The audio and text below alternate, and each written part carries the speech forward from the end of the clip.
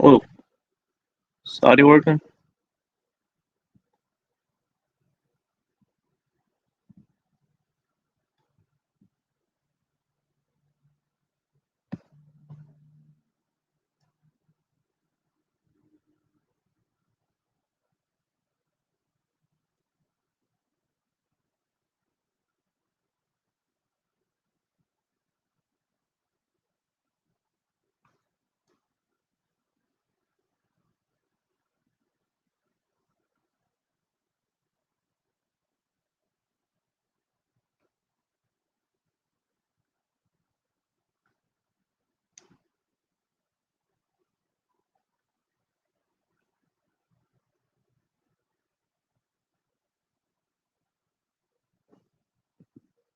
Yeah, so the strangest thing happened. I was away, not home, and then I noticed I was live. So, I'm not sure how that happened. But yeah, so try to find out if like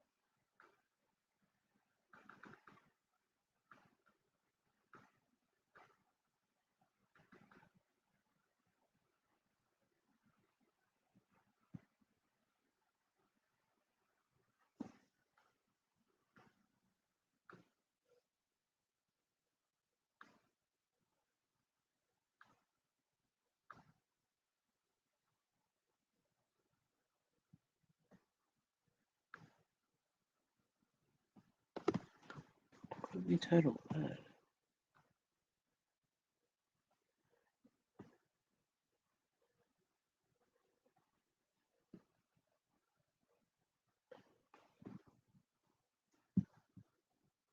That's not what I titled it.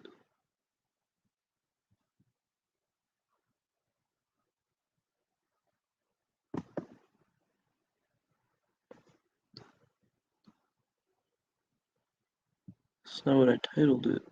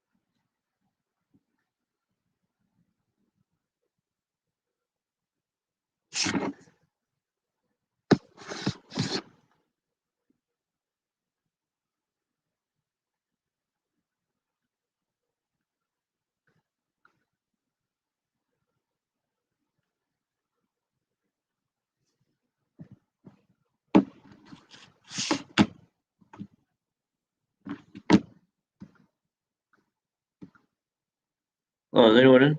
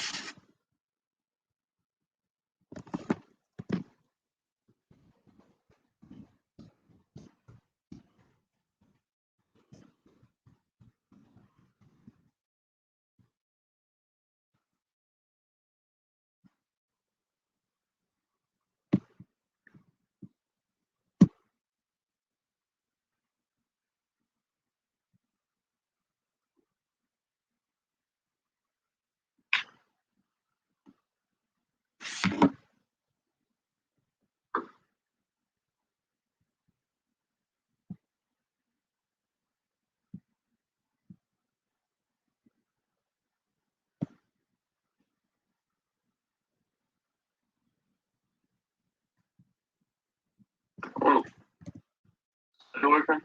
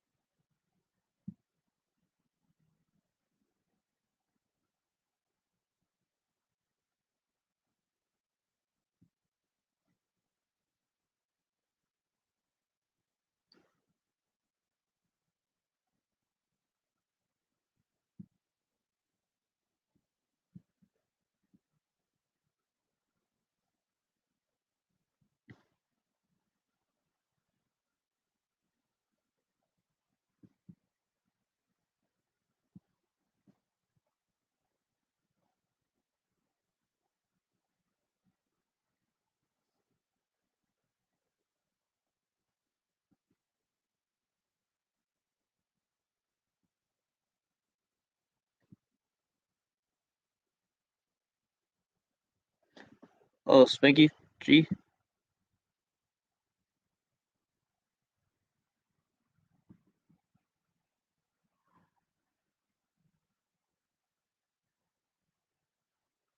Oh, yeah, I think yeah, working right now. All right, yes. I figure out.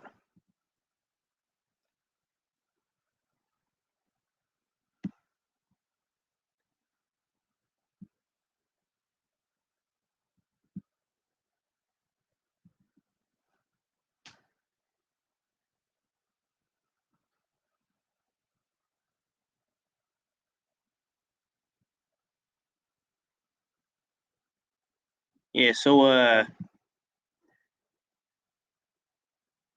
okay, see if it works.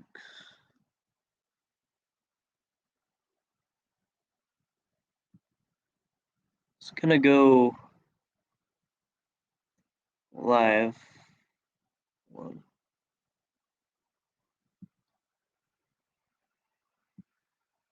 So weirdest thing. So what happened was I was away from. I was not home, right? I was not here, but somehow I went live. I literally saw on my phone that I had alert, like someone was live, and then I saw I was live. Apparently, I don't know. So I don't know. I think a ghost went live for me or something. I don't know, but or someone came in or something. I still don't know how that happened, but yeah.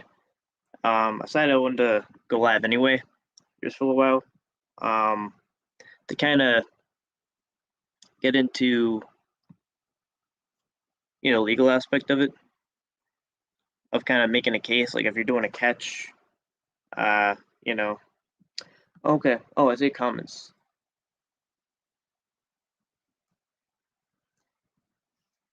All right. So yeah. So first question. Do I do live catches? No. Because what basically it could do is it could hurt the case. Because what could happen is if you say you're live, let's say like in a public area, and it could be reasonable that someone could recognize it on some kind of stream, it could actually create a mitigating factor where you're putting the predator in danger, and it could actually hurt the case that you're trying to make. So live is just problematic. People could call the police. Basically, the best thing anyone would want to do, anyone should do, is do it in the most discreet way. Like I wouldn't even tell anyone what I'm doing. Like if I'm with my associate, like we never say what we're doing. We just would never say what we're doing. Like I would say, I haven't said in the last sketch, I was just meeting a friend. I didn't say anything about, oh, I have this predator here. Nothing. Um, so not only will we not go live, we wouldn't do anything that would let people even know what's going on. Like I wouldn't even tell them what's going on. Um, he made a predator cut his hair.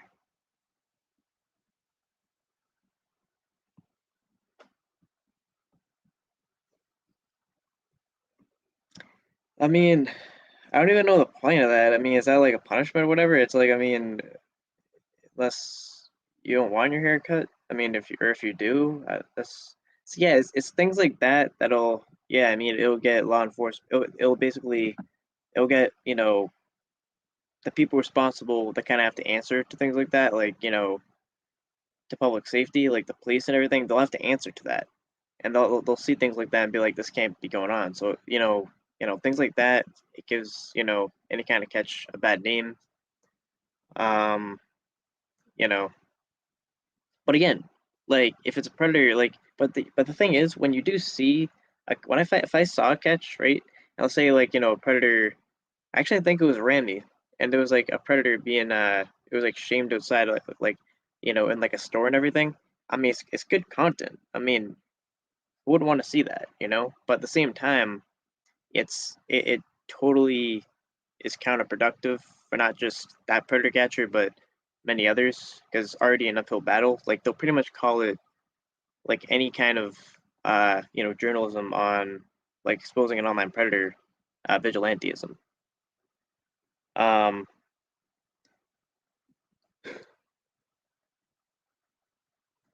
yeah, so so I'll actually plug that right now.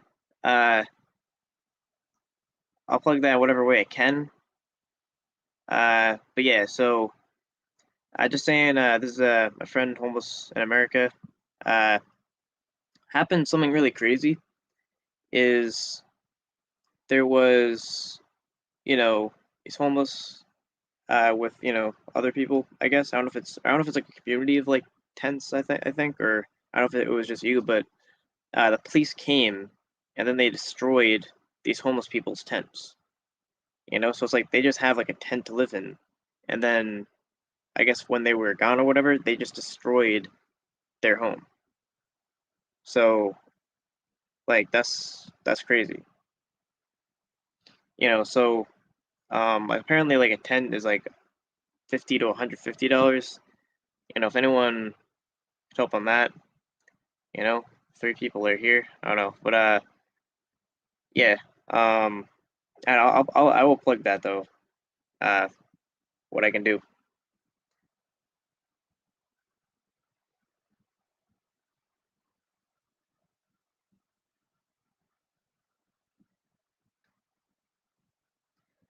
Yeah. Um, yeah. I thought but since I went live without me knowing somehow, I don't know how I went live. Like I was not even here, but I just like I haven't heard like the audio. It must have been like my computer. I don't know how long I was live for, but I was live when I was away. Uh, but going to pull the screen up. Okay, so basically, here's what here's if you're a predator catcher. Here's what you're trying to do. One, you have to kind of know your. It's going to be mainly based on your state laws. Some predator catchers are like in other countries and everything, so it's like a whole different thing. But even it can vary by the state. It can vary by the jurisdiction, by the city, the county, anything.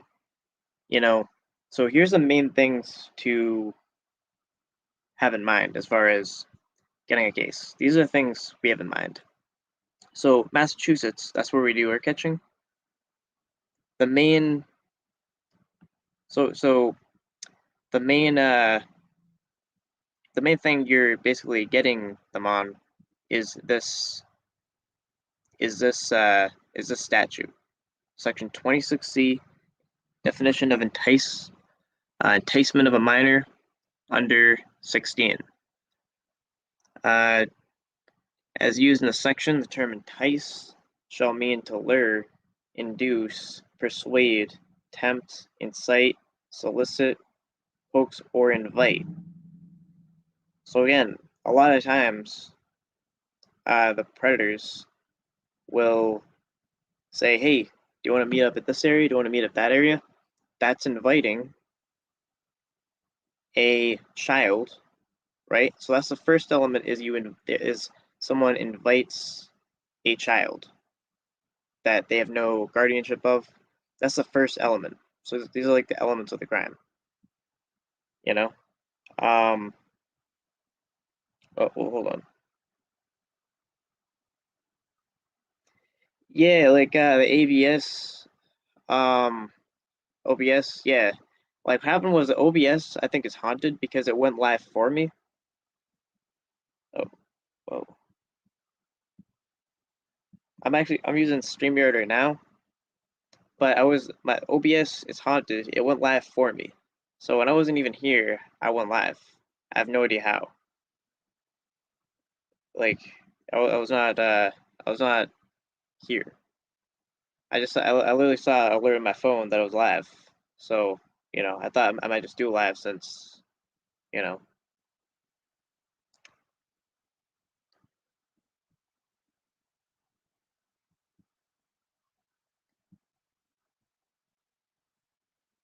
Yeah, So the first thing is, usually it's kind of like the main rule is, when you're doing catch, is the first thing is, they need to make first contact. That's crucial, and you have to prove that. And also, has to be a situation where if there's going to be any inviting or any meet, they need to initiate that. And you need to make it as cut and dry and clear that they are initiating the invite. Most likely it'll be something like that, and they're inviting you to something. They'll invite the decoy account to some kind of public place. Then, you know, like it's not just like talking sexual. You would have to prove this part or any one of these parts. Anyone who entices a child under 16 or someone he believes to be a child under the age of 16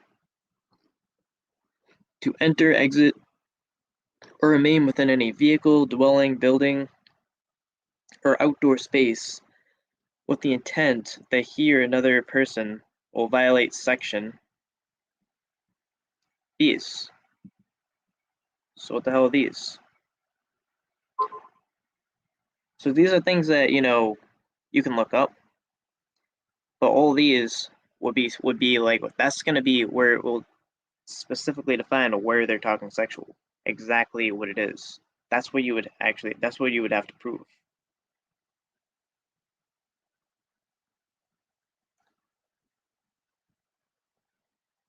So I'm gonna go to them as an example.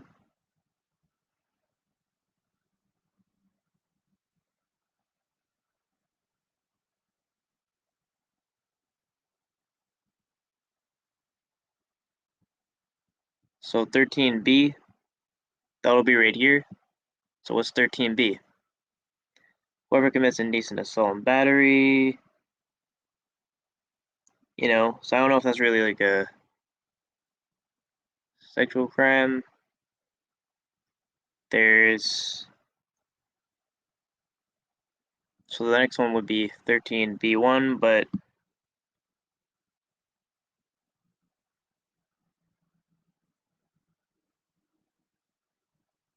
yeah, because I guess these are just assault and battery.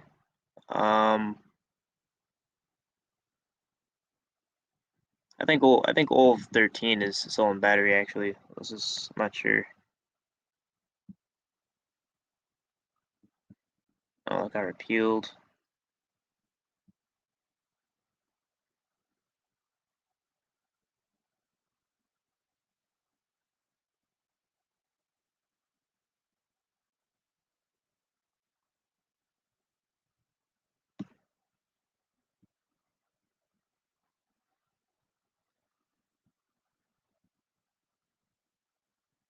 Let's try 22.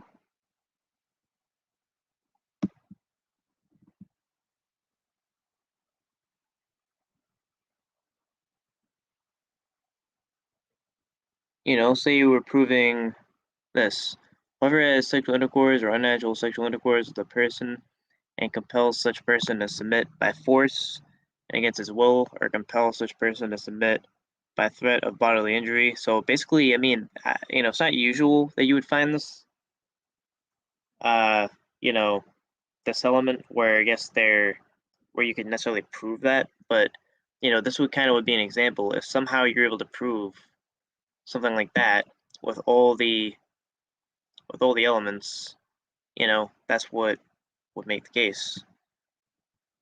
But that's not really a good example though, because that would be difficult to prove.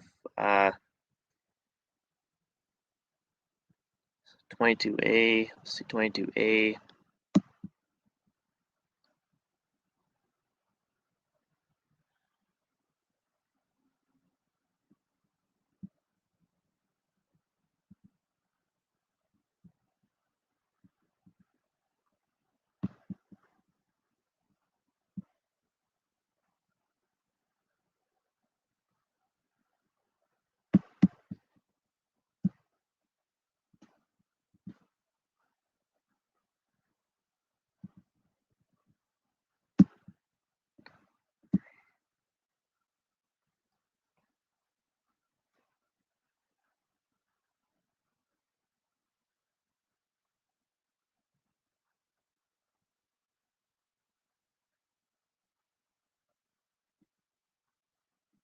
Alright, so I think this would be a good example.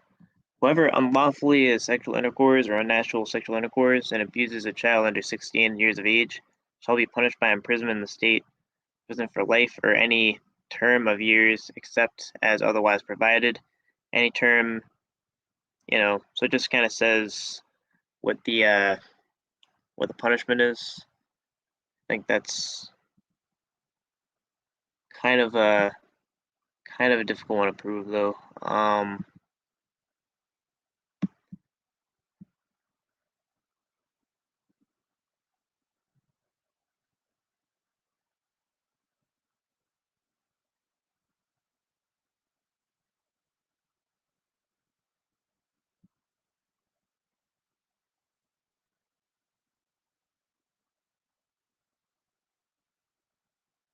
Section 23A, whoever unlawfully has sexual intercourse or unnatural sexual intercourse and abuses a child under 16 years of age, there exists more than a 5-year age difference between the defendant and the victim is under 12 years of age. B, there exists more than 10 years of age difference between the defendant and the victim, where the victim is between the ages 12 and 16 years of age. And at the time of such intercourse was a mandated reporter as defined in section 21. So I think what this means is, let's say it was some kind of like, I think it was like, let's say it's some kind of like nurse or something like that, where they have a position of authority. That would be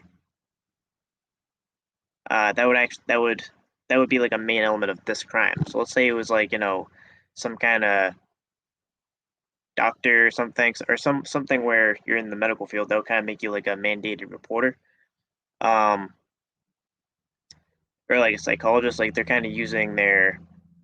Well, actually, we could look it up. I mean, this is what would define it. Um, Section 21. We can go to that.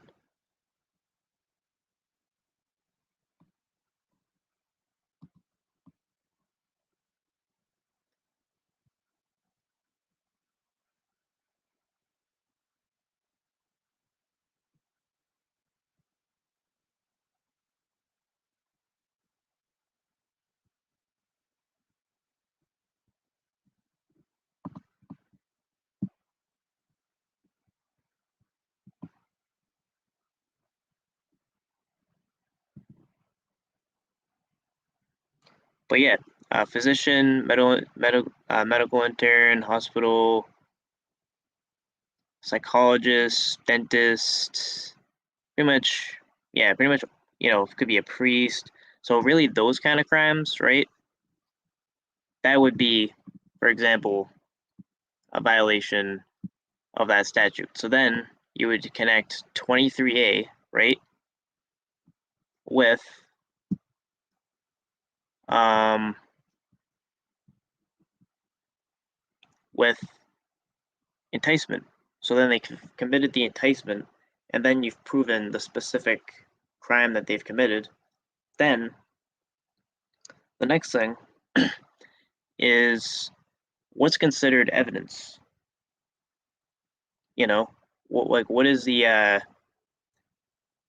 like how would you what to prove, but then how would you prove it? Like is it just screenshots? Is it just you know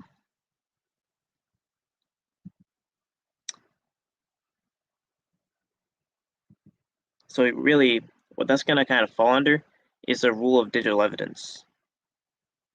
So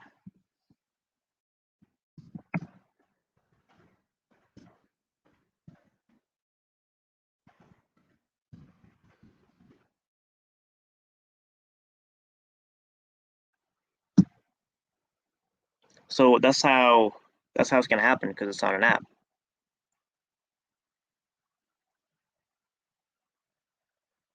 So digital evidence includes any information stored in or accessible through the use of personal electronic device. This includes but not limited to text messages, social media, call logs, all of that. Um,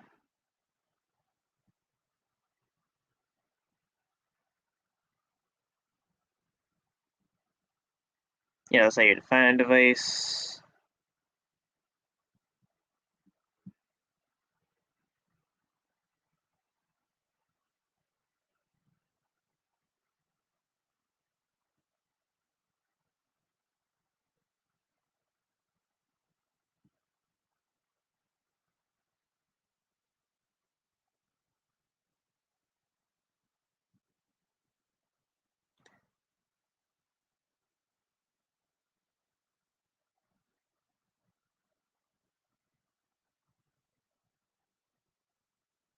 So, so this is like a main part of it where really in Massachusetts, a judge may not refuse to consider digital evidence solely because it remains on a personal electronic device and should inspect digital evidence presented on a personal electronic device when appropriate. Judges should make reasonable efforts to ensure that digital evidence, whether admitted or excluded, is preserved in the case record and for appellant review. So basically, what that means is, you know, the judge can't just say, like I'm just not gonna take this evidence. So there's certain things where the judge would have to say, like if let's say there's some kind of warrant or something, you know, um, like that can be evidence just looking through the phone.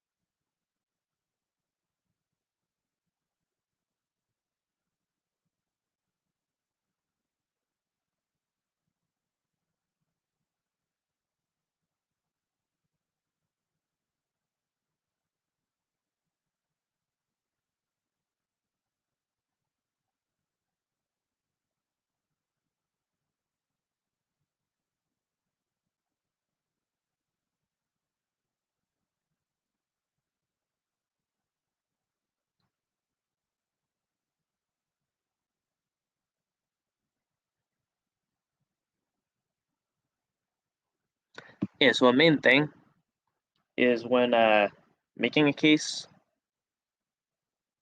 you need to it's a the Fourth Amendment of the Constitution says that it has to be verifiable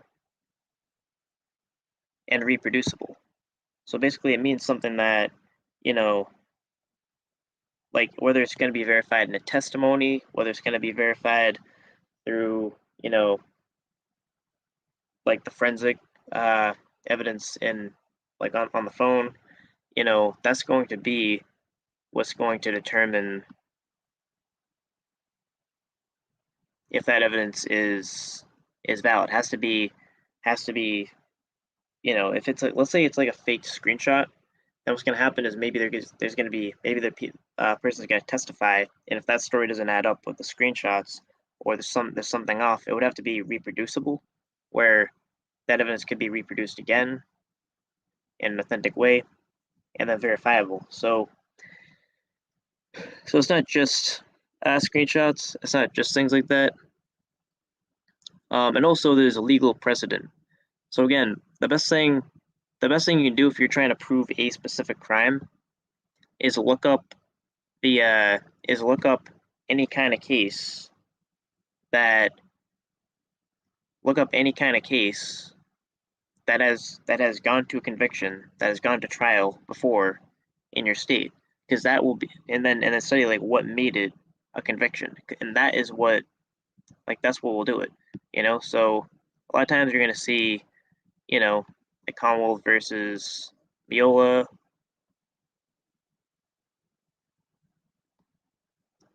you know, um, and this isn't, by the way, just on this isn't just on like enticement or anything like that. This is very general. It's very broad. It's pretty much it's pretty much just this is kind of just proving like what is the standard for digital evidence and what isn't.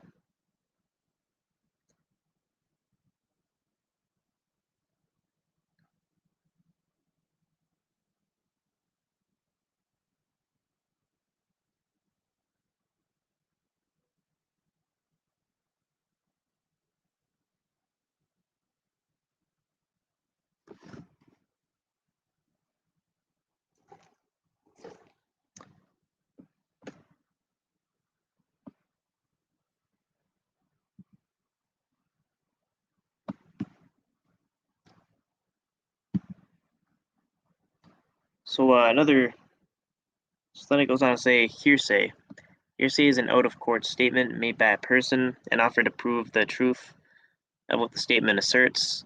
See section 801 hearsay. Because of the for live testimony of a witness, out-of-court statements generally are not admissible in court, but this rule may apply to certain exceptions. A statement is made by the opposing party, a statement not made by a person, but generated by a computer or other process, such as a cell phone, call logs, dates. A statement covered by one of the exceptions to the rule against hearsay. So to attack a witness's credibility, if a single item of digital evidence contains multiple hearsay statements, each statement must be independently admissible. So, definition of admissible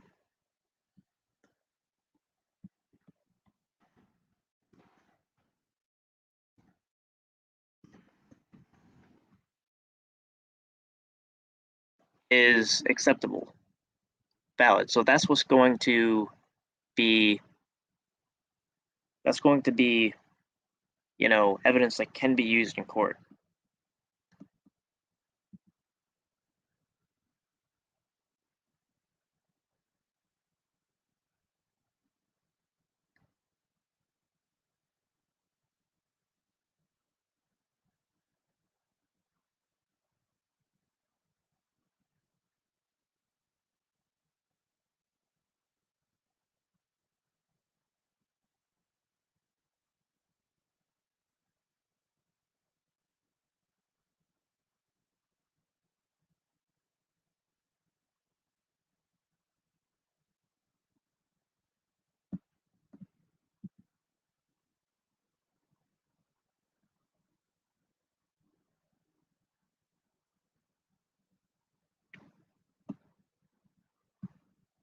This is another thing.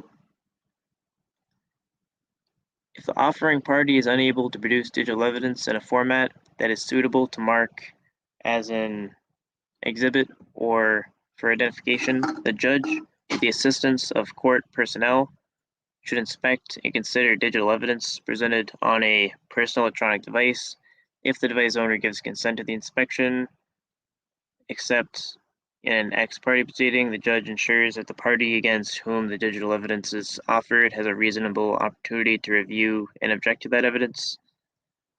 A judge shall not consider digital evidence that the offering party refuses to permit the opposing party to review.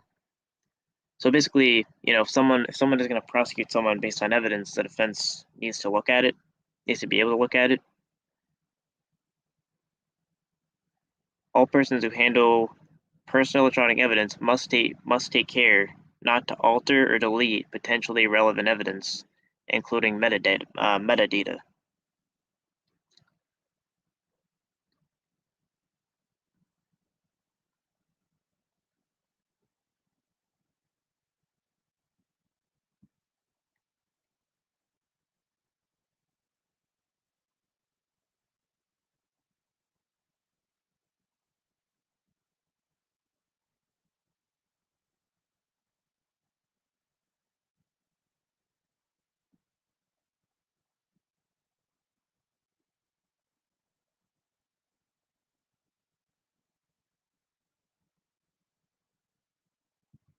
So in general, what they're going to have here is the guide to any kind of evidence, not just the digital evidence, but any kind of evidence.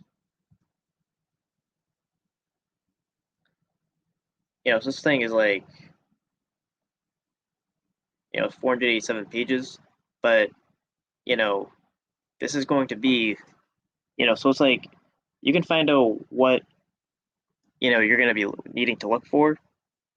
You can find out what statute you're trying to prove, and that's basically it. So the main kind of the baseline guidelines. It's like, as far as you want to catch, is you're trying to prove always enticement,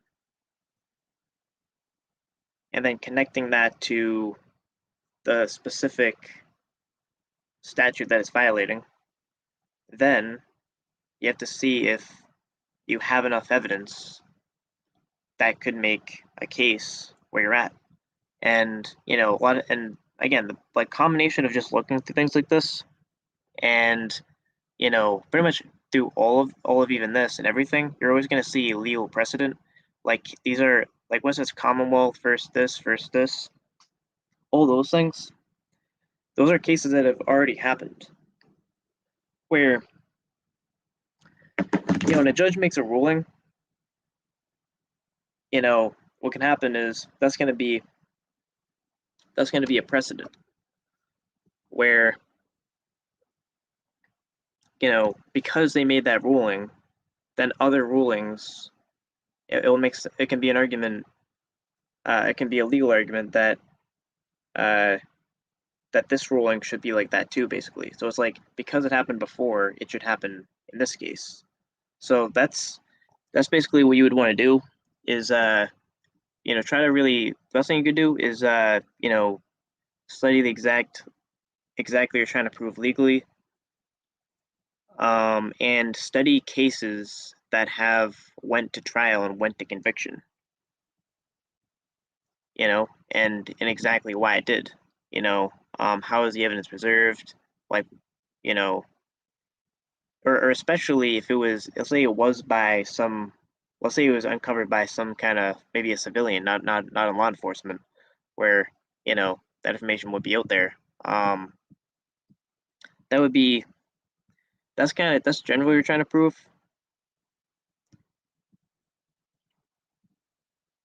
Um, but again, as far as like there's actually a main thing on the rule of evidence as far as tampering with evidence, messing with evidence. That's why when there is any kind of investigation, everything's sealed, everything is secret, and it's not just out there. So it's like if you go live, it could hurt the case. If there's too much like evidence being put out there, it can you know that's why I would always try to be careful about like censoring a lot of stuff before doing it, but pretty much that's what you're trying to do.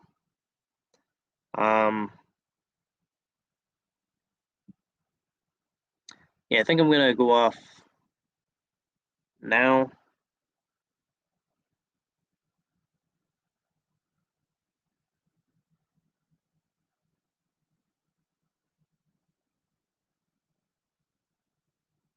Yeah, just gonna log off.